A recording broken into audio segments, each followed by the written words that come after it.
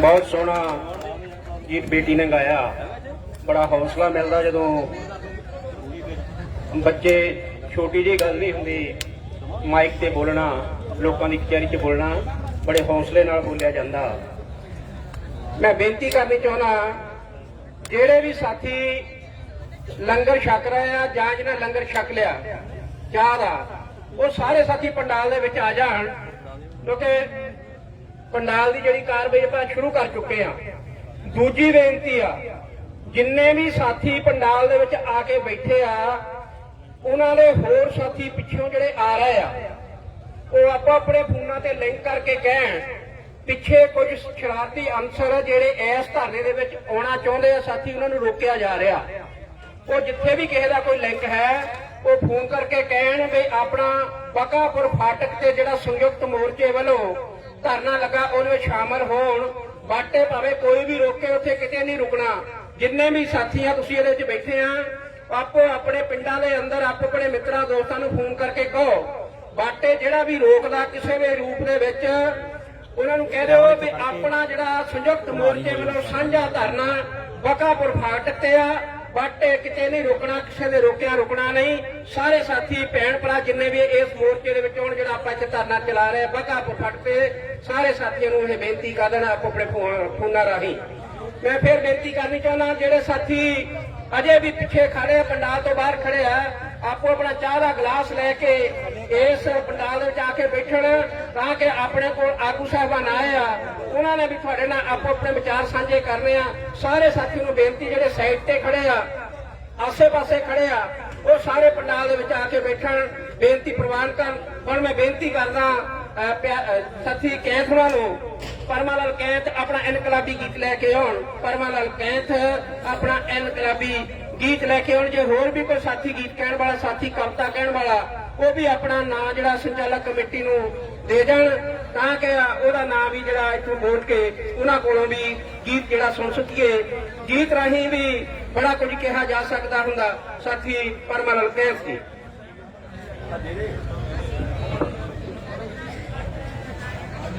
1947 ਦੇ ਵਿੱਚ ਦੇਸ਼ ਦੇ ਵਿੱਚੋਂ ਗੋਰੇ ਜਿਹੜੇ ਆ ਉਹ ਚਲੇ ਗਏ ਸੀ। ਜੋ ਆਪਣੀ ਜਿਹੜੀ ਸੱਤਾ ਸੀ ਪਾਵਰ ਸੀ ਉਹ ਸਾਡੇ ਦੇਸ਼ ਦੇ ਕਾਲੇ ਅੰਗਰੇਜ਼ਾਂ ਨੂੰ ਸੌਂਪ ਕੇ ਚਲੇ ਗਏ ਸੀ। ਉਹ ਨਕਲੀ ਆਜ਼ਾਦੀ ਜਿਸ ਦਾ ਸੰਤਾਪ ਅਸੀਂ ਪਿਛਲੇ ਲਗਭਗ 73 ਸਾਲਾਂ ਤੋਂ ਭੋਗ ਰਹੇ ਹਾਂ ਉਹ ਆਜ਼ਾਦੀ ਸਾਡੇ ਸ਼ਹੀਦਾਂ ਦੇ ਸੁਪਨਿਆਂ ਦੀ ਆਜ਼ਾਦੀ ਨਹੀਂ ਸੀ। ਉਹ ਗਦਰੀ ਬਾਬਿਆਂ ਦੇ ਸੁਪਨਿਆਂ ਦੀ ਆਜ਼ਾਦੀ ਨਹੀਂ ਸੀ। ਉਹ ਆਜ਼ਾਦੀ ਯੁੱਗ ਪੁਰਸ਼ ਬਾਬਾ ਸਾਹਿਬ ਡਾਕਟਰ ਭੀਮ ਰਾਓ ਅੰਬੇਡਕਰ ਜੀ ਦੇ ਵੀ ਸੁਪਨਿਆਂ ਦੀ ਆਜ਼ਾਦੀ ਨਹੀਂ ਸੀ। ਇਹਨਾਂ ਸਾਰਿਆਂ ਨੇ ਸਾਰੇ ਸਾਡੇ ਰਹਿਬਰ ਜਿਹੜੇ ਆ ਉਹ ਦੇਸ਼ ਵਾਸਤੇ ਸ਼ਹੀਦ ਹੋ ਗਏ ਜਾਂ ਜਿਨ੍ਹਾਂ ਨੇ ਦੇਸ਼ ਵਾਸਤੇ ਬਹੁਤ ਹੀ ਸ਼ਲਾਘਾਯੋਗ ਕੰਮ ਕੀਤੇ ਆ ਉਹਨਾਂ ਦੇ ਸੁਪਨਿਆਂ ਦੀ ਆਜ਼ਾਦੀ ਨਹੀਂ ਸੀ। ਉਹ ਚਾਹੁੰਦੇ ਸੀ ਕਿ ਇਨਸਾਨ ਦੇ ਹੱਥੋਂ ਲੁੱਟ ਖਤਮ ਹੋਵੇ, ਇੱਕ ਕੌਮ ਦੂਜੀ ਕੌਮ ਨੂੰ ਲੁੱਟੇ ਨਾ। ਬਾਬਾ ਸਾਹਿਬ ਡਾਕਟਰ ਭੀਮ ਰਾਓ ਅੰਬੇਡਕਰ ਜੀ ਨੇ ਤਾਂ ਇੱਥੋਂ ਤੱਕ ਲਿਖ ਦਿੱਤਾ ਸੀਗਾ 25 ਨਵੰਬਰ 1949 ਨੂੰ ਜਦੋਂ ਸਾਡੇ ਸੰਵਿਧਾਨ ਦਾ ਖਰੜਾ ਪਾਸ ਹੋਇਆ ਸੀ ਉਹਨੂੰ ਸੰਵਿਧਾਨ ਦਿਵਸ ਦੇ ਤੌਰ ਤੇ ਜਾਣਿਆ ਜਾਂਦਾ। ਉਹਨਾਂ ਨੇ ਸੰਵਿਧਾਨ ਘਾਟਨੀ ਕਮੇਟੀ ਦੇ ਵਿੱਚ ਇਹ ਗੱਲ ਕਹਿ ਦਿੱਤੀ ਸੀਗੀ ਕਿ ਜਿੰਨਾ ਚਿਰ ਇੱਕ ਬੇਨਤੀ ਕਰਨੀ ਆ ਵੀ ਆਹ ਜਿਹੜੇ ਮੋਟਰਸਾਈਕਲ ਆ ਇਹ ਸਾਡੇ ਨੌਜਵਾਨਾਂ ਨੇ ਸੜਕ ਤੇ ਲਾਉਂਦੇ ਆ ਇੱਥੋਂ ਵੀ ਆਪਾਂ ਐਂਬੂਲੈਂਸ ਲਗਾਉਂਦੇ ਆ। ਇਹ ਬੇਨਤੀ ਆ ਵੀ ਇਹ ਮੋਟਰਸਾਈਕਲਾਂ ਨੂੰ ਉਹ ਸਾਈਡ ਤੇ ਜਾਂ ਇੱਕ ਪਾਸੇ ਕਰੋ ਕਿਉਂ ਐਂਬੂਲੈਂਸਾਂ ਬਹੁਤ ਤੇਜ਼ੀ ਨਾਲ ਆ ਰਹੀਆਂ। ਕਿਸੇ ਮਰੀਜ਼ ਦੇ ਨਾਲ ਇੱਥੇ ਅਟਕੂਗਾ ਜਾਂ ਕੁਛ ਵੀ ਜਾਂ ਕੋਈ ਹਾਦਸਾ ਵਾਪਰ ਸਕਦਾ। ਐਂਬੂਲੈਂਸ ਆਪਾਂ ਪਹਿਲ ਦੇ ਆਧਾਰ ਤੇ ਲਗਾਉਣੀਆਂ। ਮੋਟਰਸਾਈਕਲ ਸਾਰੇ ਨੌਜਵਾਨ ਇੱਕ ਸਾਈਡ ਤੇ ਕਰ ਲੈਣ, ਇਧਰਲੀ ਸਾਈਡ ਜਾਂ ਉਧਰਲੀ ਸਾਈਡ ਪਰਾਂ ਨੂੰ ਲਾ ਲੈਣ। ਇਹ ਸੜਕ ਕਲੀਅਰ ਕਰ ਦੇਣੀ ਇੱਥੋਂ ਐਂਬੂਲੈਂਸ ਸਵੇਰ ਦੀ ਛੱਡੀ ਹੈ। ਬਾਬਾ ਸਾਹਿਬ ਡਾਕਟਰ ਅੰਬੇਡਕਰ ਜੀ ਨੇ ਸੰਵਿਧਾਨ ਦਿਵਸ ਦੇ ਮੌਕੇ ਦੇ ਉੱਤੇ ਸੰਵਿਧਾਨ ਘਾਟਨੀ ਕਮੇਟੀ ਦੇ ਵਿੱਚ ਆਪਣੇ ਵਿਚਾਰ ਪੇਸ਼ ਕਰਦੇ ਹੋਏ ਕਿਹਾ ਸੀਗਾ ਕਿ ਦੇਸ਼ ਭਾਵੇਂ 26 ਜਨਵਰੀ 1950 ਨੂੰ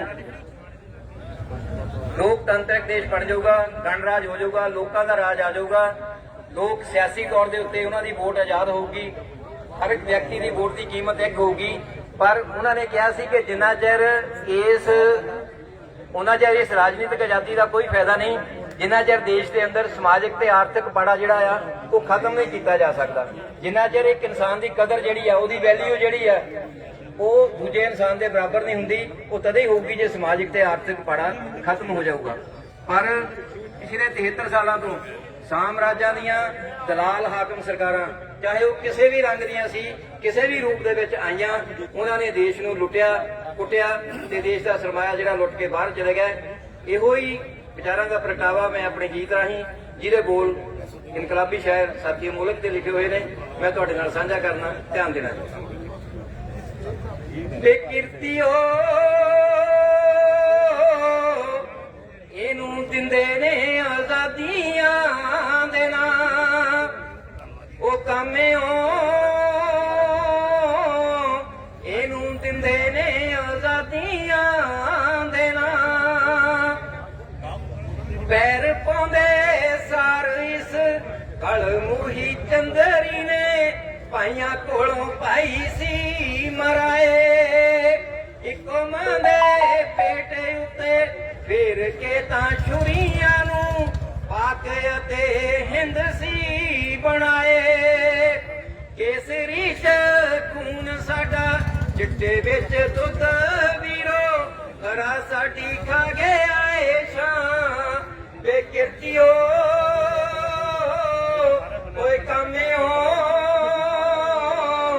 ਇਹਨੂੰ ਦਿੰਦੇ ਨੇ ਆਜ਼ਾਦੀਆਂ ਦੇ ਨਾਂ।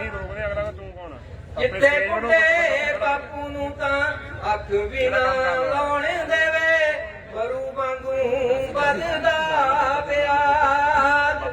ਰੋਟੀ ਬੱਟੇ ਮਾਮਾ ਜਿੱਥੇ ਵੇਚ ਦੇਣ ਲਾਲਾ ਨੂੰ ਵੇ, ਕੁੜੀਆਂ ਨੂੰ ਖਾਈ ਜਾਵੇ ਲਾਲ। ਸਦੀਆਂ ਤੋਂ ਕਰਜ਼ੇ ਦੀ ਮਾਰੂ ਹੇਠਾਂ ਰੋਂਦੇ ਜਿੱਥੇ ਲੋਕੋ ਸਾਡੇ ਸ਼ਹਿਰ ਤੇ ਗਰਾਂ। ਓਏ ਕਿਰਤੀਓ ਓਏ ਕਾਮਿਓ ਇਹਨੂੰ ਦਿੰਦੇ ਨੇ ਆਜ਼ਾਦੀਆਂ ਦੇ ਨਾਂ। ਟਾਟੇ ਬਾਟੇ ਫਿਰਦੇ ਵਿਦੇਸ਼ੀਆਂ ਦੇ ਯਾਰ ਜਿੱਥੇ ਖਾ ਗਏ ਮੇਰੇ ਦੇਸ਼ ਦੇ ਭੰਡਾਰ। ਕਿਰਤੀ ਕਿਰਸਾਨਾਂ ਨੂੰ ਤਾਂ ਕੋਨੇ ਵਾਂਗੂ ਖਾਈ ਜਾਵੇ, ਸ਼ਾਹਾਂ ਦੀ ਵੇ ਲੁੱਟਦਾ ਬੁਖਾਰ। ਤਾਈਓ ਅੰਮੀ ਗੋਦੜੀ ਦੇ ਲਾਲ ਨੂੰ ਬਰਾ ਕੇ ਆਖੇ, ਪੁੱਤਰੇ ਨਾ ਦੁੱਧ ਕੀ ਕਰਾਂ। ਓਏ ਕਿਰਤੀਓ ਓਏ ਕਾਮਿਓ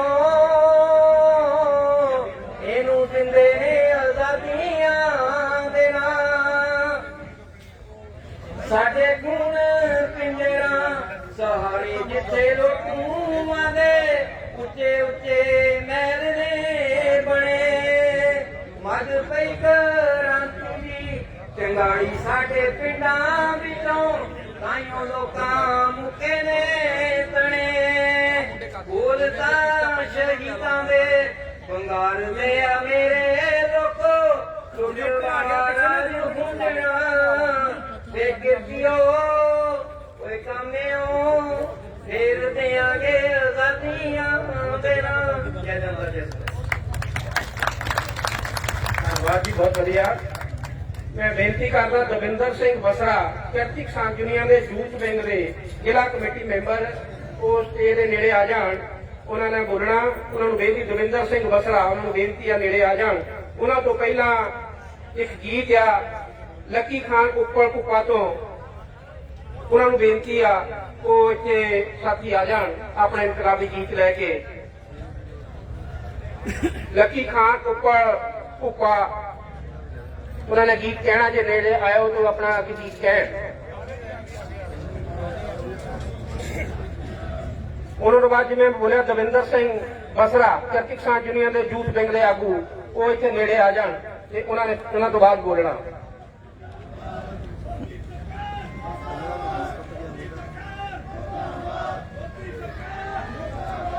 ਹੈਲੋ, ਵਾਹਿਗੁਰੂ ਜੀ ਕਾ ਖਾਲਸਾ, ਵਾਹਿਗੁਰੂ ਜੀ ਕੀ ਫਤਿਹ। ਮੈਂ ਬਹੁਤ ਸ਼ੁਕਰਗੁਜ਼ਾਰ ਹਾਂ ਤੁਹਾਡੇ ਲੋਕਾਂ ਜਿਨ੍ਹਾਂ ਨੇ ਮੈਨੂੰ ਪੈਰ ਪਰਸਣ ਦਾ ਮੌਕਾ ਦਿੱਤਾ। ਉਹ ਨਵੇਂ ਸ਼ਹਿਰ ਜ਼ਿਲ੍ਹੇ ਦੀ ਸੁਣਾਮ ਵਾਰਤਾ, ਉਹ ਜਿੱਥੋਂ ਦਾ ਸੀ ਜੋ ਦਾ ਇੱਕ ਫਾਂਸੀ ਝਾੜਦਾ, ਹੋਇਆ ਜੋ ਸ਼ਹੀਦ ਭਗਤ ਸਿੰਘ ਸੂਰਮਾ, ਉਹ ਬੰਗਿਆਂ ਦੇ ਨੇੜੇ ਖਟਕੜ ਕਲਾਂ ਕੋਈ ਬਹੁਤੀ ਦੂਰ ਨਾ, ਉਹ ਬੰਗਿਆਂ ਦੇ ਨੇੜੇ ਖਟਕੜ ਕਲਾਂ ਕੋਈ ਬਹੁਤੀ ਦੂਰ ਨਾ, ਉਹ ਗੱਲ ਸੁਣ ਭਗਤ ਸਿੰਘ ਸਰਦਾਰਾ ਜੁਰਮ ਨਾਲ ਲੜਨਾ ਪਊ ਦੁਬਾਰਾ, ਉਹ ਗੱਲ ਸੁਣ ਭਗਤ ਸਿੰਘ ਸਰਦਾਰਾ ਜੁਰਮ ਨਾਲ ਲੜਨਾ ਪਊ ਦੁਬਾਰਾ, ਉਹ ਬੈਠ ਚੌਂਕੜਾ ਲੋਕ ਨੇ ਬਹਿ ਗਏ ਸਾਡੀਆਂ ਵੋਟਾਂ ਤੇ, ਹਾਏ ਤੇਰੀ ਫੋਟੋ ਕਿਉਂ ਨਹੀਂ ਭਗਤ ਸਿਆਂ ਲੱਗਦੀ ਨੋਟਾਂ ਤੇ, ਉਹ ਤੇਰੀ ਫੋਟੋ ਕਿਉਂ ਨਹੀਂ ਭਗਤ ਸਿਆਂ ਲੱਗਦੀ ਨੋਟਾਂ ਤੇ, ਉਹ 65 ਸਾਲ ਦੀ ਹੋਈ ਆਜ਼ਾਦੀ ਅੱਜ ਵੀ ਥੋੜਾ ਨੇ, ਉਹ 65 ਸਾਲ ਦੀ ਹੋਈ ਆਜ਼ਾਦੀ ਅੱਜ ਵੀ ਥੋੜਾ ਨੇ, ਉਹ ਤੇਰੇ ਹੁੰਦਿਆਂ ਸਿੰਘ ਭਗਤ ਸਿਆਂ ਅੱਜ ਵੀ ਥੋੜਾ ਨੇ, ਉਹ ਲੋਕ ਮੇਰੇ ਵਿਕ ਜਾਂਦੇ ਨੇ, ਉਹ ਲੋਕ ਮੇਰੇ ਵਿਕ ਜਾਂਦੇ ਨੇ ਕੁਝ ਵਕਤੀ ਛੋਟਾਂ ਤੇ, ਹਾਏ ਤੇਰੀ ਫੋਟੋ ਮੈਂ ਕਿਹਾ ਤੇਰੀ ਫੋਟੋ ਕਿਉਂ ਨਹੀਂ ਭਗਤ ਸਿਆਂ ਲੱਗਦੀ ਨੋਟਾਂ ਤੇ, ਹਾਏ ਤੇਰੀ ਫੋਟੋ ਕਿਉਂ ਨਹੀਂ ਭਗਤ ਸਿਆਂ ਲੱਗਦੀ ਨੋਟਾਂ ਤੇ, ਉਹ ਬਾਰੀ ਬਣ ਕੇ ਆ ਜਾਂਦੇ ਵੋਟਾਂ ਦੀ ਹੱਟ ਪੈ ਜਾਂਦੀ, ਉਹ ਡਰ ਘੁੱਗੀਆਂ ਏ ਕਾਵਾਂ ਏ ਆਂਡੇ ਹੀ ਚੁੱਕ ਲੈ ਜਾਂਦੀ, ਉਹ ਬਾਰੀ ਬਣ ਕੇ ਆ ਜਾਂਦੇ ਵੋਟਾਂ ਦੀ ਹੱਟ ਪੈ ਜਾਂਦੀ, ਇਹ ਆਂਡੇ ਨੇ ਘੁੱਗੀਆਂ ਦੇ ਹਾਕਾਂ ਹੀ ਚੁੱਕ ਲੈ ਜਾਂਦੀ, ਉਹ ਅੰਗ ਵਿੱਚ ਕੁੜੀ ਅੰਗਰੇਜ਼ੀ, ਉਹ ਅੰਗ ਵਿੱਚ ਕੁੜੀ ਅੰਗਰੇਜ਼ੀ ਕਾਲਿਆਂ ਕੋਟਾਂ ਤੇ, ਹਾਏ ਤੇਰੀ ਫੋਟੋ ਕਿਉਂ ਨਹੀਂ ਭਗਤ ਸਿਆਂ ਲੱਗਦੀ ਨੋਟਾਂ ਤੇ, ਉਹ ਤੇਰੀ ਫੋਟੋ ਕਿਉਂ ਨਹੀਂ ਭਗਤ ਸਿਆਂ ਲੱਗਦੀ ਨੋਟਾਂ ਤੇ, ਲੱਗੀ ਕੁਝ ਨਹੀਂ ਬਦਲਿਆ ਓਏ ਸਭ ਬਦਲੇ ਚਿਹਰੇ ਨੇ, ਇਹ ਚਿੜੀ ਸੋਨੇ ਦੀ ਲੁੱਟਣ ਵਿੱਚ ਘਰ ਜਹਾਂ ਦੇ ਗੇੜੇ ਨੇ, ਇਹ ਚਿੜੀ ਸੋਨੇ ਦੀ ਲੁੱਟਣ ਵਿੱਚ ਘਰ ਜਹਾਂ ਦੇ ਗੇੜੇ ਨੇ, ਉਹ ਅੰਗ ਵਿੱਚ ਕੁੜੀ ਅੰਗਰੇਜ਼ੀ ਏ ਕਾਲੇ ਕਿਉਂ। ਵਾਹਿਗੁਰੂ ਜੀ ਕੀ ਫਤਿਹ। ਪਹਿਲੇ ਪ੍ਰਭੂ ਵੱਲੋਂ ਮੈਂ ਸਾਰਿਆਂ ਦਾ ਧੰਨਵਾਦ ਕਰਦਾ, ਜਿੰਨੀ ਦੀ ਸੰਗਤ ਆਈ ਆ ਬਹੁਤ ਧੰਨਵਾਦ ਸਾਰਿਆਂ ਦਾ।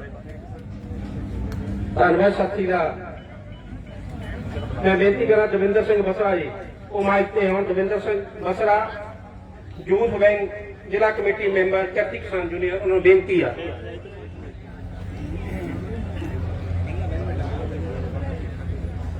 ਦਵਿੰਦਰ ਸਿੰਘ ਬਸਰਾ ਉਹਨਾਂ ਨੂੰ ਬੇਨਤੀ ਕੀਤੀ ਸੀ, ਇੱਕ ਸਾਥੀ ਗੀਤਕਾਰ ਹੈ ਹੋਰ ਸੁਖ ਸ਼ੇਰਗਿੱਲ, ਉਹਨਾਂ ਨੂੰ ਬੇਨਤੀ ਜਦ ਤੱਕ ਉਹ ਆਪਣਾ ਗੀਤ ਗਾ ਲੈਣ। ਸੁਖ ਸ਼ੇਰਗਿੱਲ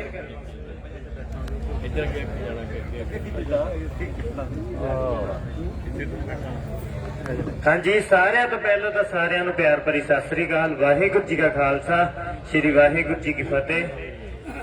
ਮੈਂ ਆਪਣਾ ਜੀ ਆਪ ਦਾ ਇੱਕ ਗੀਤ ਲਿਖਿਆ ਹੋਇਆ ਪੇਸ਼ ਕਰਨ ਜਾ ਰਿਹਾ ਕਿਸਾਨੀ ਤੇ। ਹੋ ਤੈਨੂੰ ਕਿੰਨੀ ਵਾਰ ਅੱਗੇ ਸੀ ਹਰਾ ਕੇ ਛੱਡਿਆ,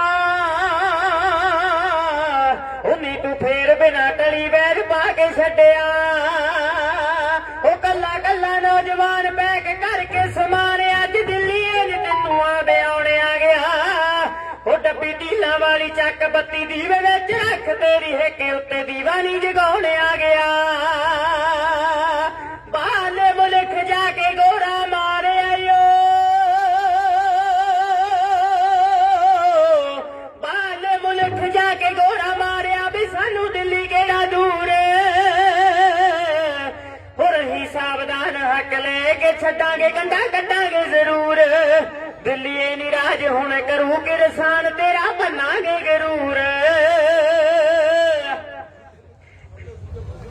ਸ਼ਹੀਦ ਹੋਏ ਬਾਰਡਰਾਂ ਤੇ ਕਈ ਨੌਜਵਾਨੀ ਤਾਂ ਵੀ ਦਿੱਲੀ ਮੋਰਚੇ ਤੇ ਡਟਿਆ ਕਿਸਾਨੀ, ਉਹ ਜਿਹੜਾ ਖੱਤਿਆਂ ਨੂੰ ਲਾਇਆ ਪਾਣੀ ਅੱਖੀਆਂ 'ਚ ਆ ਤਾਂ ਵੀ ਹੌਸਲੇ ਨਹੀਂ ਛੱਡੇ ਜੱਟ ਲੜੀ ਜਾਂਦੇ ਆ, ਹਾਲਾਤਾਂ ਨਾਲ ਲੜ ਝੰਡੇ ਹੱਥਾਂ ਵਿੱਚ ਫੜ ਹੌਲੀ ਹੌਲੀ ਤੇਰੀ ਹਿੱਕ ਉੱਤੇ ਚੜੀ ਜਾਂਦੇ ਆ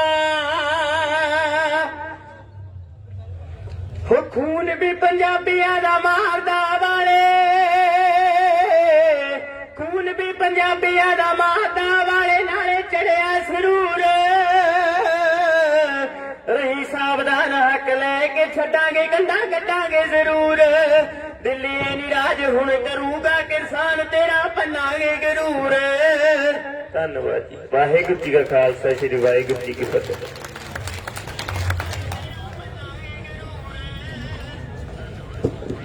ਧੰਨਵਾਦ ਸਾਥੀ ਦਾ ਬਹੁਤ ਵਧੀਆ ਗੀਤ ਗਾਇਆ ਬੜੇ ਹੌਸਲੇ ਵਾਲੀ ਗੱਲ ਆ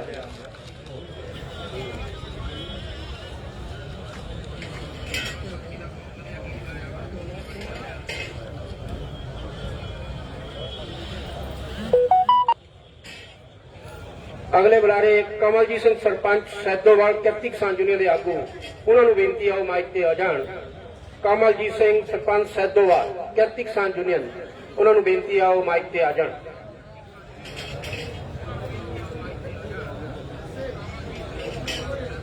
ਮੈਂ ਫਿਰ ਬੇਨਤੀ ਕਰਾਂ ਜਿਹੜੇ ਸਾਥੀ ਪਿੱਛੇ ਚਾਹ ਦੇ ਲੰਗਰ ਕੋਲ ਬਹੁਤ ਸਾਰੇ ਸਾਥੀ ਖੜੇ ਉਹਨਾਂ ਨੂੰ ਬੇਨਤੀ ਆ ਵੀ ਆਪਣਾ ਚਾਹ ਦਾ ਕੱਪ ਲੈ ਕੇ ਇੱਥੇ ਪੰਡਾਲ ਦੇ ਵਿੱਚ ਆ ਜਾਣ ਆਏ ਆਗੂਆਂ ਦੇ ਵੀ ਤੁਸੀਂ ਵਿਚਾਰ ਸੁਣਨੇ ਆ ਮੈਂ ਫਿਰ ਬੇਨਤੀ ਕਰਦਾ ਜਿੰਨੇ ਵੀ ਸਾਥੀ ਪੰਡਾਲ ਤੋਂ ਬਾਹਰ ਆ ਉਹਨਾਂ ਨੂੰ ਬੇਨਤੀ ਆ ਵੀ ਉਹ ਪੰਡਾਲ ਦੇ ਵਿੱਚ ਆ ਕੇ ਬੈਠ ਜਾਣ ਸਾਥੀ ਕਮਲਜੀਤ ਸਿੰਘ ਸਰਪੰਚ ਸੈਦੋਵਾਲ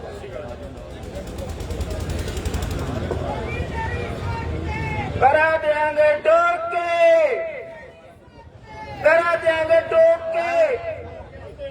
ਮੋਦੀ ਦੀ ਸੋਚ ਤੇ ਪਹਿਲਾਂ ਤੋਂ ਠੋਕ ਕੇ ਦੇਣਾ ਮੋਦੀ ਤੇਰੀ ਸੋਚ ਤੇ ਪੈਰਾਂ ਦੇ ਅੱਗੇ ਰੋਕ ਕੇ ਨਹੀਂ ਜੀ ਜੁੱਤੀਆਂ ਮਾਰਾਂਗੇ ਠੋਕ ਕੇ ਤੁਸੀਂ ਉਲਟਾ ਨਾ ਬੋਲੋ ਜੁੱਤੀਆਂ ਮਾਰਾਂਗੇ ਕਿਸਾਨ ਮਜ਼ਦੂਰ ਏਕਤਾ ਸ੍ਰੀ ਵਾਹਿਗੁਰੂ ਜੀ ਕਾ ਖਾਲਸਾ ਵਾਹਿਗੁਰੂ ਜੀ ਕੀ ਫਤਿਹ ਸੋ ਮਾਫੀ ਚਾਹੁੰਦਾ ਹੈ ਜੋ ਥੋੜੀ ਬਹੁਤੀ ਆਪਣੇ ਗਲਤੀ ਹੋ ਗਈ ਸੋ ਮੈਂ ਤੁਹਾਨੂੰ ਆਪਣੀ ਬਾਣੀ ਦਾ ਇੱਕ ਤੁੱਕਾ ਦੱਸਣਾ ਚਾਹੁੰਦਾ ਜੋ ਭਾਵੇਂ ਸੋ ਕਾਰ ਕਰਾਵੇ ਨਾਨਕ ਦ੍ਰਿਸ਼ਟੀ ਨਜ਼ਰ ਨਾ ਆਵੇ ਸੋ ਜੋ ਸਾਡੇ ਤੋਂ ਕਰਵਾਉਂਦਾ ਹੈ ਇਹ ਵਾਹਿਗੁਰੂ ਹੀ ਕਰਵਾਉਂਦਾ ਹੈ ਆਪਾਂ ਕੁਝ ਨਹੀਂ ਕਰਨ ਜੋਗੇ ਇਹ ਜਿਹੜਾ ਆਪਾਂ ਦੇਖਿਆ ਜਾਵੇ ਸੋ ਸਾਡੇ ਤੇ ਇਸ ਵੇਲੇ ਅਸੀਂ ਰੈਲੀਆਂ ਕਰਦੇ ਚ ਭਾਰਤ ਬੰਦ ਕਰ ਰਹੇ ਆ ਸੋ ਕਈ ਸੋਚਦੇ ਹੋਣਗੇ ਕਿ ਇਹ ਕਿੰਨੀ ਮਾੜੀ ਗੱਲ ਹੈ ਪਰ ਇਹਦੇ ਵਿੱਚ ਦੇਖਿਆ ਜਾਵੇ ਇਹ ਸਾਡੇ ਕਿਸੇ ਵੱਸ ਦੀ ਗੱਲ ਨਹੀਂ ਸੀ ਇਹ ਸਾਡੇ ਕੋਲ ਜੋ ਵੀ ਹੋ ਰਿਹਾ ਜੋ ਵੀ ਕਰਵਾ ਰਿਹਾ ਆਪਣੇ ਕੋਲ ਵਾਹਿਗੁਰੂ ਕਰਵਾ ਰਿਹਾ ਜੇ ਦੇਖਿਆ ਜਾਵੇ ਇਹ ਜੋ ਕਾਨੂੰਨ ਬਣਾਏ ਹੋਏ ਇਸ ਵੇਲੇ ਸਿਰਫ ਆਪਣੇ ਦੋ ਸਟੇਟਾਂ ਵਾਸਤੇ ਸੀ ਜ਼ਿਆਦਾਤਰ ਪੰਜਾਬ ਔਰ ਹਰਿਆਣਾ ਪਰ ਇਸ ਤੋਂ ਪਹਿਲਾਂ ਆਪਣੇ ਇੰਡੀਆ ਦੀਆਂ ਬਾਕੀ ਸਟੇਟਾਂ ਦੇ ਵਿੱਚ ਇਹ ਕਾਨੂੰਨ ਲਾਗੂ ਹੋ ਚੁੱਕੇ ਸੀ ਸੋ ਉਹਨਾਂ ਦੇ ਇਸ ਸਬੰਧ ਵਿੱਚ ਕੋਈ ਵੀ ਰਿਐਕਸ਼ਨ ਨਹੀਂ ਕੀਤਾ ਕੋਈ ਵੀ ਐਕਸ਼ਨ ਨਹੀਂ ਲਿਆ ਸੋ ਹੋ ਸਕਦਾ ਹੈ ਵਾਹਿਗੁਰੂ ਦਾ ਭਾਣਾ ਸੀ ਕਿ ਸਾਡੇ ਲਈ ਕਾਨੂੰਨ ਬਣੇ ਔਰ ਅਸੀਂ ਉੱਠ ਪਏ ਪੰਜਾਬ ਔਰ ਹਰਿਆਣਾ ਇਸ ਵੇਲੇ ਇਸ ਮੋਰਚੇ ਦਾ ਇਸ ਸਮੱਸਿਆ ਦਾ ਮੋਹਰੀ ਬਣ ਗਿਆ ਤੇ ਆਪਣੇ ਨਾਲ ਜਿਹੜੀਆਂ ਬਾਕੀ ਸਟੇਟਾਂ ਵੀ ਸੀ ਉਹ ਵੀ ਨਾਲ ਆ ਜੁੜੀਆਂ ਸੋ ਮੇਰੇ ਕਹਿਣ ਦਾ ਮਤਲਬ ਇਹ ਹੈ ਕਿ ਇੱਕ ਕਹਾਵਤ ਹੈ ਆਪਣੇ ਕੋਲ ਕਿ ਸੁਹਾਗੇ ਦੇ ਨਾਲ ਲੱਪਾ ਵੀ ਤਰ ਜਾਂਦਾ ਹੈ ਸੋ ਵਾਹਿਗੁਰੂ ਨੇ ਇਹ ਦੇਖਿਆ ਕਿ ਇਹ ਜਿਹੜੇ ਬਾਕੀ ਸਟੇਟਾਂ ਦੇ ਬੰਦੇ ਕਮਜ਼ੋਰ ਸੀ ਜਾਂ ਉਹਨਾਂ ਦੀਆਂ ਕੋਈ ਜਿਹੜੀਆਂ ਸਮੱਸਿਆਵਾਂ ਸੀ ਜਾਂ ਰੈਲੀਆਂ ਜਾਂ ਜੋ ਐਕਸ਼ਨ ਨਹੀਂ ਲੈ ਸਕੇ ਉਹਨਾਂ ਨੇ ਆਪਣੇ ਨਾਲ ਉਹਨਾਂ ਨੂੰ ਵੀ ਉਠਾ ਲਿੱਤਾ ਸੋ ਜਿਸ ਤਰ੍ਹਾਂ ਆਪਾਂ ਹੁਣ ਇਸ ਵੇਲੇ ਆਪਣੇ ਮੋਰਚਾ ਜੋਰਾਂ ਤੇ ਆ ਇਸੇ ਤਰ੍ਹਾਂ ਉਹ ਵੀ ਬੰਦੇ ਆਪਣੇ ਨਾਲ ਮੋਢੇ ਲਾ ਕੇ ਖੜੇ ਆ ਸੋ ਜਦੋਂ ਆਪਾਂ ਕੱਲ ਨੂੰ ਇਹ ਚੀਜ਼ ਦੀ ਜਿੱਤ ਪ੍ਰਾਪਤ ਕਰਨੀ ਆ ਕਾਨੂੰਨ ਇਹ ਖਤਮ ਹੋਣੇ ਆ ਤੇ ਇਹ ਸਿਰਫ ਇਕੱਲੇ ਪੰਜਾਬ ਔਰ ਹਰਿਆਣਾ ਵਿੱਚ ਨਹੀਂ ਹੋਣੇ ਇਹ ਜਿਹੜੀਆਂ ਸਟੇਟਾਂ ਤਕਰੀਬਨ ਜਿਨ੍ਹਾਂ ਦੇ ਵਿੱਚ ਇਹ ਕਾਨੂੰਨ ਲਾਗੂ ਹੋਏ ਆ ਉੱਥੇ ਵੀ ਇਹ ਕਾਨੂੰਨ ਖਤਮ ਹੀ ਹੋਣੇ ਆ ਸੋ ਇਸ ਕਰਕੇ ਆਪਾਂ ਨੂੰ ਸਾਰਿਆਂ ਨੂੰ ਵਾਹਿਗੁਰੂ ਦੇ ਭਾਣੇ ਅੰਦਰ ਰਹਿਣਾ ਚਾਹੀਦਾ ਔਰ ਭਾਣੇ ਅੰਦਰ ਹੀ ਮੰਨਣਾ ਚਾਹੀਦਾ ਚੱਲਣਾ ਚਾਹੀਦਾ ਸੋ ਇੱਕ ਹੋਰ ਆ ਮਾਰੇ ਇੱਕੋ ਰੱਖਿਆ ਮਾਨਕ ਦੇ ਕੇ ਕੁਛ ਨਹੀਂ ਹਾਰ ਅਗਰ ਉਹ ਵਾਹਿਗੁਰੂ ਨਾ ਹੁੰਦਾ ਉਹਦੇ ਹੱਥ ਦੇ ਵਿੱਚ ਸਾਨੂੰ ਕਿੱਥੇ ਰੱਖਣਾ ਆ, ਕੀ ਕਰਨਾ ਕੀ ਨਹੀਂ ਕਰਨਾ। ਅਗਰ ਮੋਦੀ ਵਰਗੇ ਦੇ ਹੱਥ ਵਿੱਚ ਹੁੰਦਾ ਤੇ ਸ਼ਾਇਦ ਆਪਾਂ ਇੱਥੇ ਇਸ ਹੱਥ ਵਿੱਚ ਨਾ ਬੈਠੇ ਹੁੰਦੇ, ਨਾ ਇੱਥੇ ਇਕੱਠੇ ਹੋਏ ਹੁੰਦੇ। ਹੁਣ ਨੂੰ ਕਾਨੂੰਨ ਜਿਸ ਤਰ੍ਹਾਂ ਤੋਂ 6-7 ਮਹੀਨੇ ਪਹਿਲਾਂ ਲਾਗੂ ਕੀਤੇ ਗਏ ਸੀਗੇ, ਉਹ ਉਸ ਤੋਂ ਲਾਗੂ ਹੋ ਕੇ ਆਪੋ ਆਪਣੇ ਘਰਾਂ 'ਚ ਬੈਠੇ ਹੁੰਦੇ। ਔਰ ਜਿਹੜੇ ਅੱਜ ਅਸੀਂ ਆਪਣੇ ਖੇਤਾਂ ਦੇ ਮਾਲਕ ਆ, ਆਪਣੇ ਜ਼ਮੀਨਾਂ ਦੇ ਮਾਲਕ ਆ, ਆਪਣੀ ਮਰਜ਼ੀ ਦੇ ਮਾਲਕ ਆ, ਹੋ ਸਕਦਾ ਅੱਜ ਅਸੀਂ ਉੱਥੇ ਬੈਠਦੇ ਜਿੱਥੇ ਸਾਨੂੰ ਅਡਾਨੀ ਵਾਨੀ ਜਾਂ ਕੋਈ ਦੂਸਰੇ ਬੰਦੇ ਸਾਡੇ ਨੂੰ ਬਿਠਾ ਸਕਦੇ ਆ। ਸੋ ਅਸੀਂ ਇਸ ਕਰਕੇ ਚਾਹੀਦਾ ਸਾਨੂੰ ਕਿ ਹਰ ਇੱਕ ਨੂੰ ਆਪਣੇ ਵਾਹਿਗੁਰੂ ਦਾ ਲੱਖ ਲੱਖ ਸ਼ੁਕਰ ਕਰਨਾ ਚਾਹੀਦਾ ਜਿਹਨੇ ਸਾਨੂੰ ਇੰਨਾ ਜ਼ੁਲਮ ਸਹਿਣ ਦੀ ਤਾਕਤ ਦਿੱਤੀ ਆ। ਔਰ ਆਪਾਂ ਸਾਰੇ ਹੀ ਬਿਨਾਂ ਹੀ ਕਿਸੇ ਲਾਗ ਭਾਵ ਦੇ, ਜਾਤ ਪਾਤ ਦੇ, ਡਰ ਟੁੱਕਰ ਦੇ ਆਪਾਂ ਉਸ ਦੇ ਭਾਵੇਂ ਮੰਨ ਕੇ ਇਹ ਚੀਜ਼ ਦਾ ਵਿਰੋਧ ਕਰਦੇ ਆ ਔਰ ਕਰਦੇ ਰਹਾਂਗੇ। ਜਿੰਨਾ ਚਿਰ ਸਾਡੇ ਕਾਨੂੰਨ ਵਾਪਸ ਨਹੀਂ ਹੁੰਦੇ ਉਹਨਾਂ ਚਿਰ ਆਪਾਂ ਆਪਣੇ ਘਰਾਂ ਦੇ ਵਿੱਚ ਨਹੀਂ ਬਹਿਣਾ। ਇਸ ਦੇ ਮੋਰਚੇ ਦੇ ਲਈ ਜ਼ਰੂਰੀ ਨਹੀਂ ਕਿ ਆਪਾਂ ਉੱਥੇ ਜਾਣਾ। ਜਿਸ ਤਰ੍ਹਾਂ ਵੀ ਕਿਸੇ ਦੀ ਸੇਵਾ ਹੈ, ਜੋ ਦਾ ਜਿਸ ਤਰ੍ਹਾਂ ਬਣਦਾ ਹੈਗਾ ਆਪਾਂ ਉਸ ਦੇ ਵਿੱਚ ਇਹਦੇ ਵਿੱਚ ਯੋਗਦਾਨ ਪਾਉਣਾ ਹੈ ਔਰ ਆਪਾਂ ਇਸ ਨੂੰ ਕਾਮਯਾਬ ਬਣਾਉਣਾ ਹੈ। ਇਹ ਕਿਸੇ ਲਈ ਨਹੀਂ ਕਾਮਯਾਬ ਬਣਾਉਣਾ, ਸਿਰਫ ਆਪਾਂ ਆਪਣੇ ਲਈ ਬਣਾਉਣਾ ਹੈ। ਇਸ ਚੀਜ਼ ਸੋਚਦੇ ਚੱਲੋ। ਅਸੀਂ ਨਹੀਂ ਕਹਿਣਾ ਕਿ ਜੀ ਮੈਂ ਫਿਰ ਕਿਹਦੇ ਲਈ ਚੱਲਿਆ, ਨਹੀਂ, ਮੈਂ ਆਪਣੇ ਲਈ ਆਇਆ, ਤੁਸੀਂ ਆਪਣੇ ਲਈ ਆਏ, ਆਪਾਂ ਸਾਰੇ ਆਪਣੇ ਲਈ ਆਏ ਆ। ਇਸ ਕਰਕੇ ਸਾਰੇ ਹੀ ਉਸ ਗੁਰੂ ਤੇ ਭਰੋਸਾ ਰੱਖਦੇ ਹੋਏ ਇਹ ਚੀਜ਼ ਦੇ ਵਿੱਚ ਮੋਢੇ ਨਾਲ ਮੋਢਾ ਢਾ ਕੇ ਆਪਣੀ ਹਰ ਤਰ੍ਹਾਂ ਯੋਗਦਾਨ ਪਾਉਂਦੇ ਰਹੋ। ਸੋ ਬਹੁਤਾ ਸਮਾਂ ਨਾਲ ਲੈਂਦਾ ਹੋਇਆ ਮੈਂ ਆਪ ਫੇਰ ਖਿਮਾ ਜਾ ਚੁੱਕਿਆ। ਵਾਹਿਗੁਰੂ ਜੀ ਕਾ ਖਾਲਸਾ, ਵਾਹਿਗੁਰੂ ਜੀ ਕੀ ਫਤਿਹ।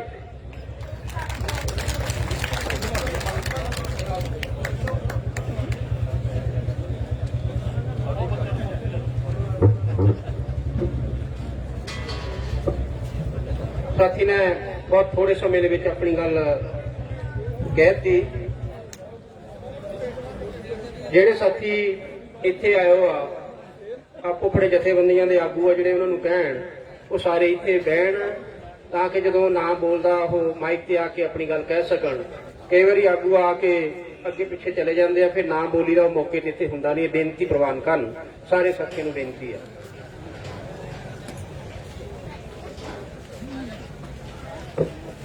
ਸਾਥੀਓ, ਜਿਹੜੇ ਸਾਡੇ ਨਾਲ ਸਾਥੀ ਸਵੇਰ ਦੇ 6:45 ਵਜੇ ਇੱਥੇ ਆਏ ਆ ਉਹਨਾਂ ਲਈ ਖਾਣੇ ਦਾ ਅਰੇਂਜਮੈਂਟ ਕਰ ਲਿਆ। ਉਹ ਸਾਹਮਣੇ ਆ ਜਿਹੜਾ ਤੰਬੂ ਲਗਾਇਆ ਉੱਥੇ ਜਾ ਕੇ ਖਾਣਾ ਖਾ ਸਕਦੇ। ਬਾਕੀ ਸੰਗਤ ਲਈ ਲੰਗਰ ਜਿਹੜਾ ਆਉਣਾ ਤਿਆਰ ਹੋ ਰਿਹਾ, ਸਾਰੀ ਸੰਗਤ ਲਈ ਲੰਗਰ ਆਉਣਾ।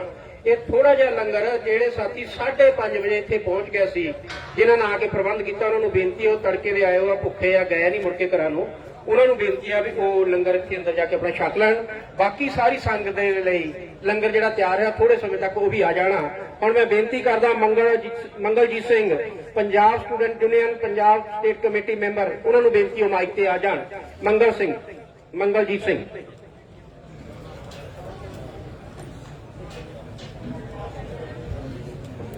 ਧੰਨਵਾਦ ਜੀ। ਸਭ ਤੋਂ ਪਹਿਲਾਂ ਵਾਹਿਗੁਰੂ ਜੀ ਕਾ ਖਾਲਸਾ, ਵਾਹਿਗੁਰੂ ਜੀ ਕੀ ਫਤਿਹ।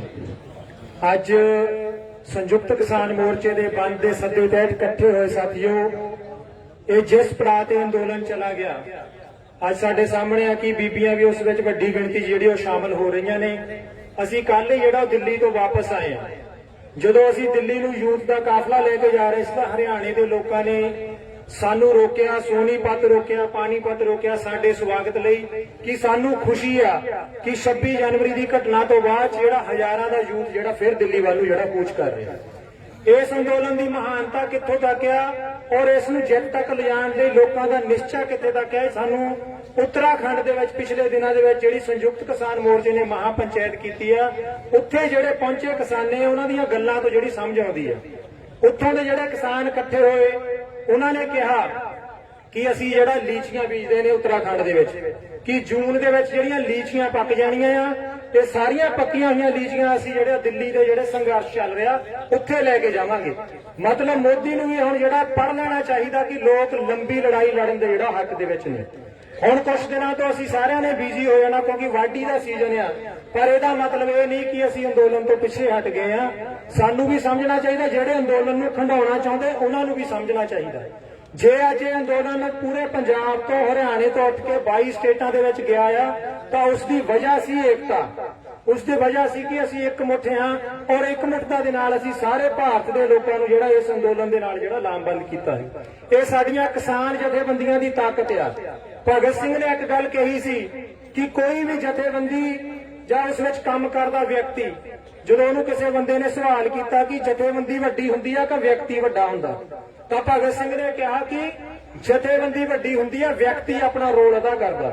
ਕੁਝ ਬੰਦਿਆਂ ਨੇ ਇਸ ਅੰਦੋਲਨ ਨੂੰ ਵਿਅਕਤੀਆਂ ਤੱਕ ਸੀਮਿਤ ਕਰਨ ਦੀ ਜਿਹੜੀ ਉਹ ਕੋਸ਼ਿਸ਼ ਕੀਤੀ ਸੀ, ਪਰ ਇਹ ਸਾਡੇ ਸਾਹਮਣੇ ਆ ਕਿ ਅੰਦੋਲਨ ਵਿਅਕਤੀਆਂ ਦਾ ਨਹੀਂ, ਇਹ ਜਥੇਬੰਦ ਦਾ ਆ।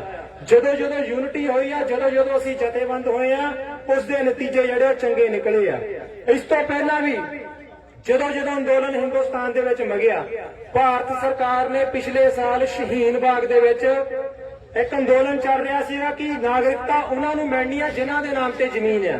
ਸਾਡੇ ਦੇਸ਼ ਦੀਆਂ ਬਹੁਤ ਸਾਰੀਆਂ ਔਰਤਾਂ ਦੇ ਨਾਮ ਤੇ ਜ਼ਮੀਨ ਨਹੀਂ, ਇਹਦਾ ਮਤਲਬ ਸਾਡੇ ਦੇਸ਼ ਦੇ ਵਸਨੀਕ ਨਹੀਂ ਰਹਿਣਗੇ।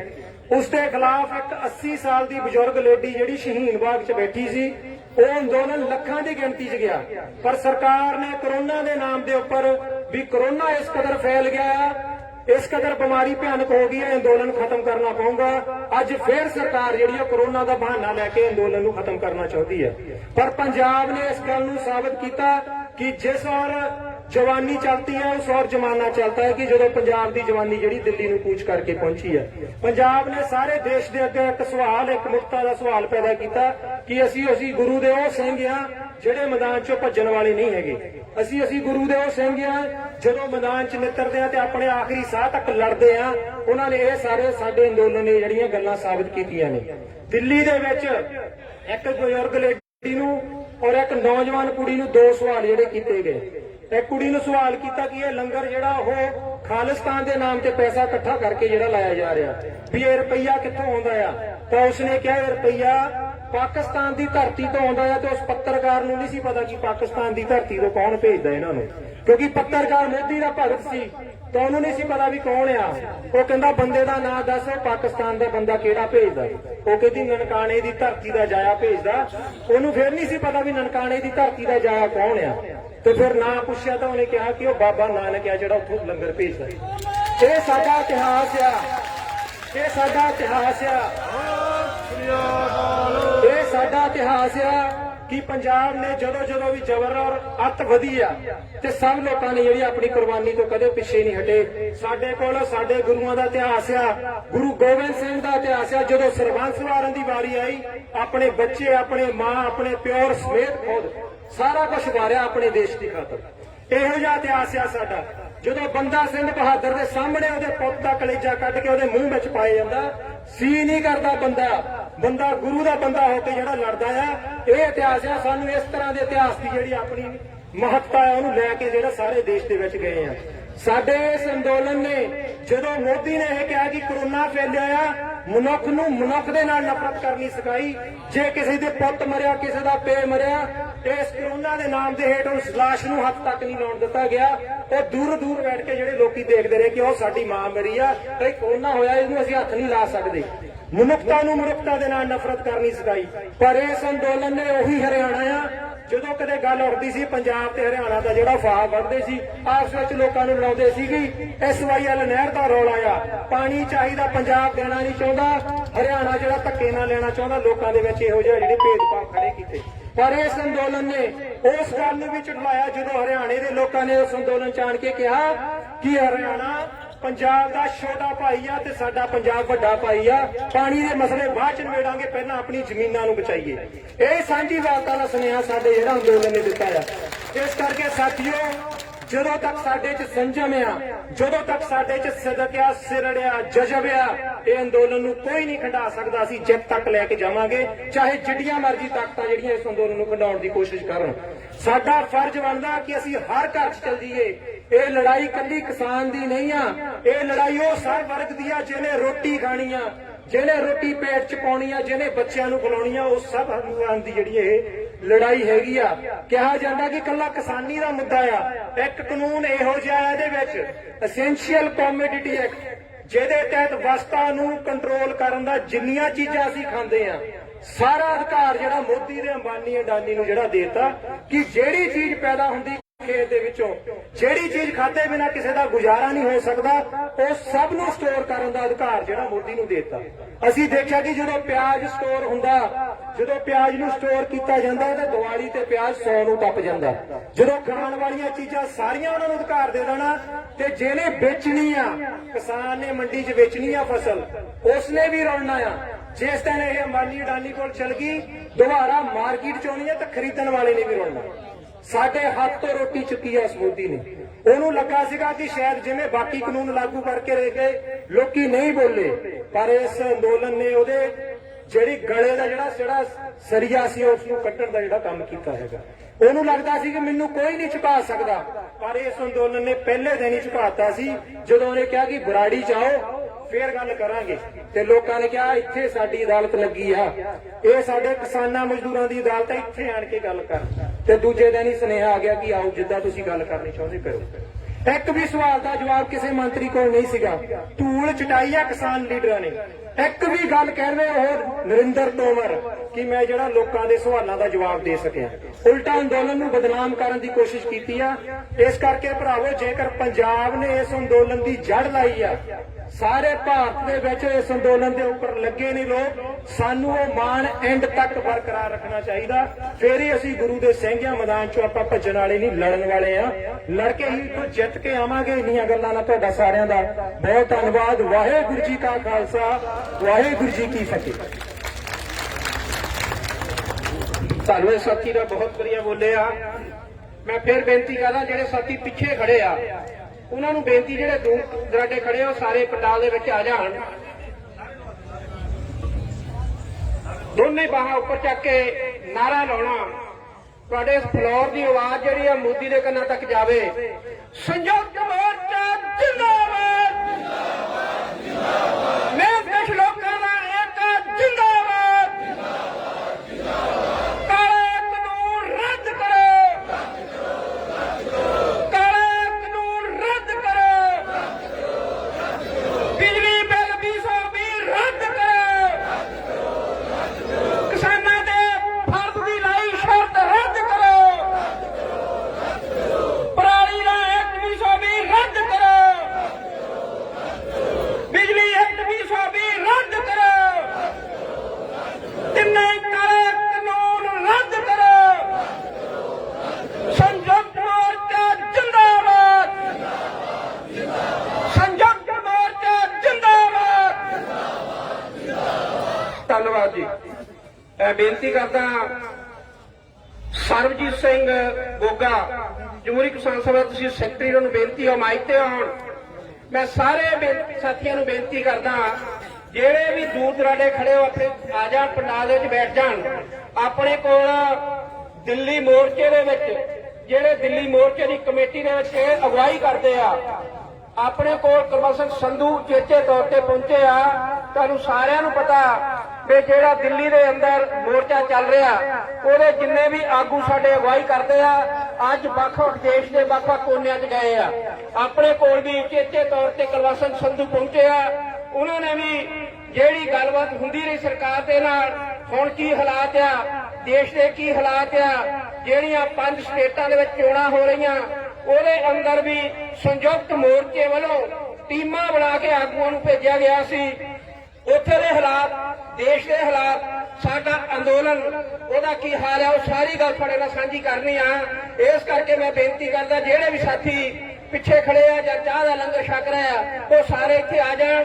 ਕਈ ਵਾਰੀ ਫਿਰ ਘਰ ਜਾ ਕੇ ਪਛਤਾਵਾ ਹੁੰਦਾ ਵੀ ਅਸੀਂ ਕੋਈ ਉੱਥੋਂ ਜਾਣਕਾਰੀ ਲੈ ਕੇ ਨਹੀਂ ਆਏ, ਅਸੀਂ ਕੋਈ ਗੱਲ ਨਹੀਂ ਸੁਣ ਸਕੇ। ਆਪਾਂ ਨੂੰ ਕੋਈ ਗੱਲ ਦਾ ਪਤਾ ਹੋਏਗਾ ਤਾਂ ਹੀ ਆਪਾਂ ਜਾ ਕੇ ਅੱਗੇ ਦੂਸਰੇ ਸਾਥੀਆਂ ਨੂੰ ਦੱਸਾਂਗੇ, ਘਰ ਘਰ ਤੱਕ ਗੱਲ ਪਹੁੰਚਾਵਾਂਗੇ।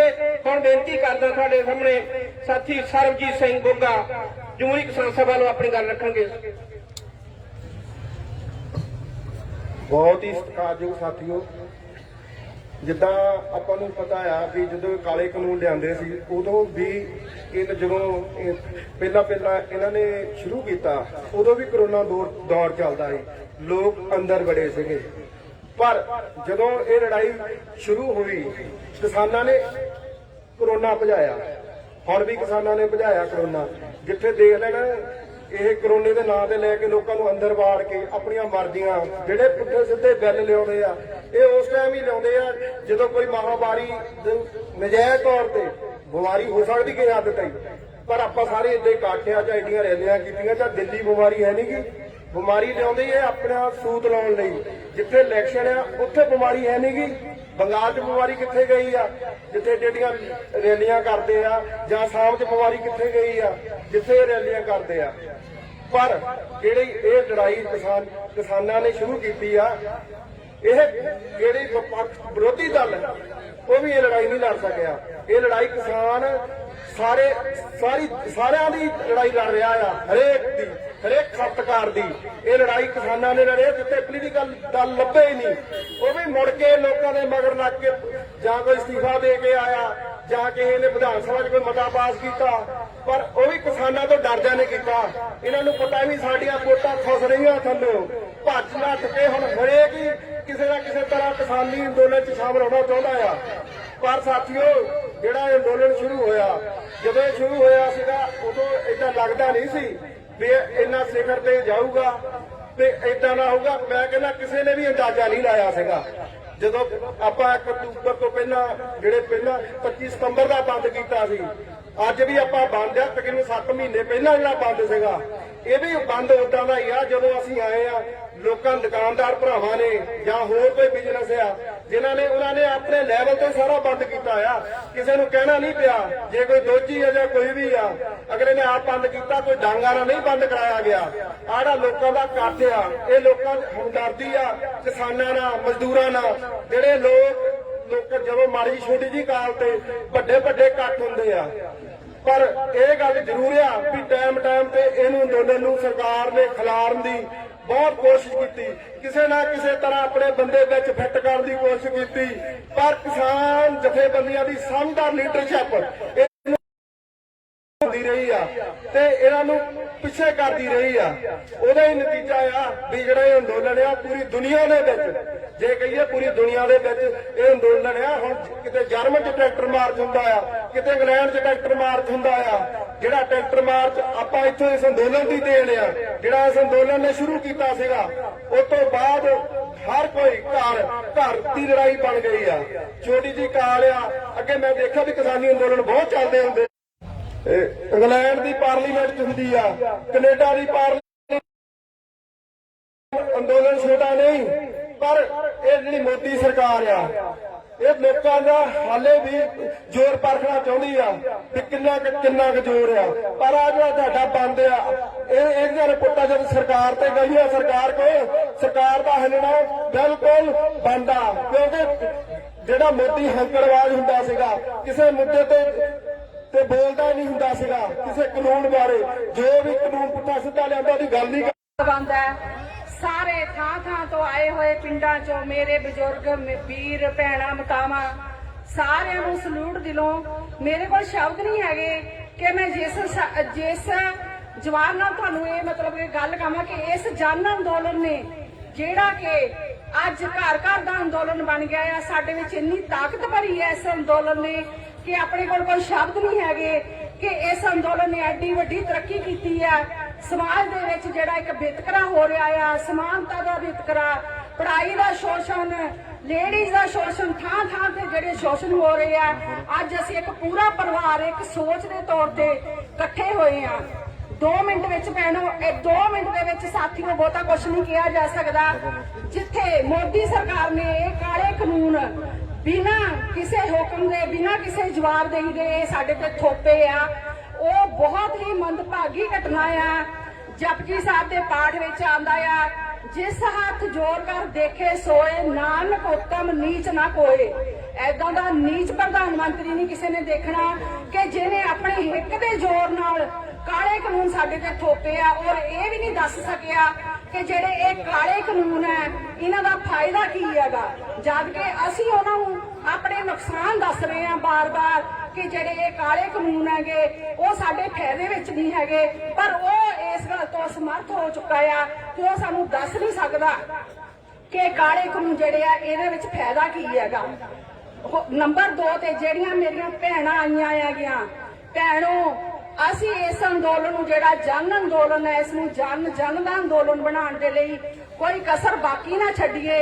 ਜਿਸ ਤਰ੍ਹਾਂ ਮਾਈ ਭਾਗੋ ਨੇ ਮਰਦਾਂ ਤੋਂ ਮੋਹਰੇ ਹੋ ਕੇ ਉਸ ਟਾਈਮ ਤੇ ਲੜਾਈ ਲੜੀ ਸੀਗੀ, ਤੇ ਉਹ ਜਿਹੜੀ ਇੱਕ ਸੋਚ ਹੈ, ਉਹ ਜਿਹੜੀ ਇੱਕ ਸਪਿਰਿਟ ਹੈ ਮਾਈ ਭਾਗੋ ਵਾਲੀ, ਉਹ ਸਾਨੂੰ ਆਪਣੇ ਅੰਦਰ ਜਿਹੜੀ ਆ ਉਹ ਪੈਦਾ ਕਰਨੀ ਪਊਗੀ ਕਿ ਅਸੀਂ ਆਸੇ-ਪਾਸੇ ਦੇ ਲੋਕਾਂ ਨੂੰ ਜਿਹੜੇ ਕਿ ਘਰ ਬੈਠੇ ਆ ਉਹਨਾਂ ਨੂੰ ਇਸ ਗੱਲ ਨੂੰ ਸਮਝਾਈਏ ਕਿ ਅੱਜ ਇਹ ਜਿਹੜੇ ਕਾਲੇ ਕਾਨੂੰਨ ਆ ਉਹਨਾਂ ਦੇ ਨਾਲ ਜਿਹੜੀ ਔਰਤ ਜਾਤ ਹੈਗੀ ਉਹਨੂੰ ਕਿੰਨਾ ਕੁ ਸ਼ੋਸ਼ਣ ਦਾ ਸ਼ਿਕਾਰ ਹੋਣਾ ਪੈ ਰਿਹਾ।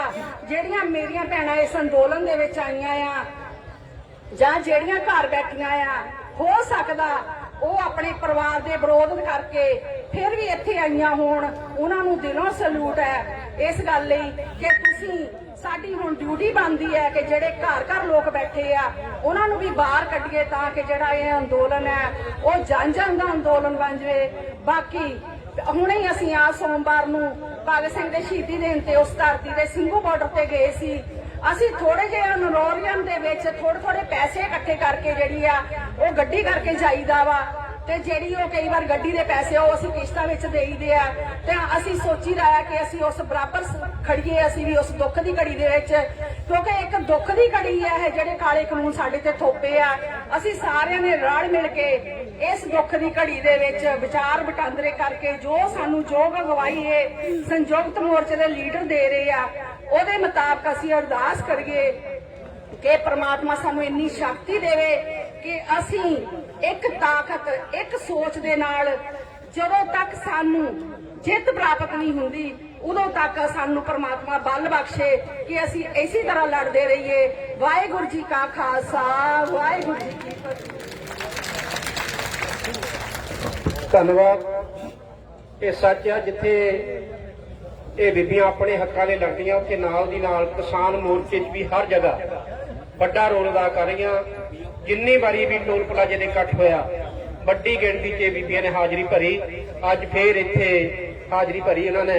ਧੰਨਵਾਦ ਅਸੀਂ ਕਰਦੇ ਹਾਂ ਅੱਜ ਦੀ ਸਟੇਜ ਵੱਲੋਂ ਜਿਹੜਾ ਹਰ ਤਰ੍ਹਾਂ ਸਾਥ ਦੇ ਰਹੀਆਂ ਇਸ ਅੰਦੋਲਨ ਦਾ। ਮੈਂ ਬੇਨਤੀ ਕਰਨੀ ਚਾਹੁੰਦਾ, ਇੱਕ 6392 ਗੱਡੀ ਖੜੀ ਆ ਜਿਹੜੀ ਲੰਗਰ ਦੇ ਨੇੜੇ, ਉੱਥੇ ਭੱਠੀਆਂ ਚੱਲਦੀਆਂ, ਇਸ ਕਰਕੇ ਬੇਨਤੀ ਆ ਵੀ ਉਹ ਜਿਹੜੀ 6392 ਸਕੋਡਾ ਗੱਡੀ ਆ ਉਹਨੂੰ ਉੱਥੋਂ ਸਾਈਡ ਤੇ ਕਰ ਲਿਆ ਜਾਵੇ।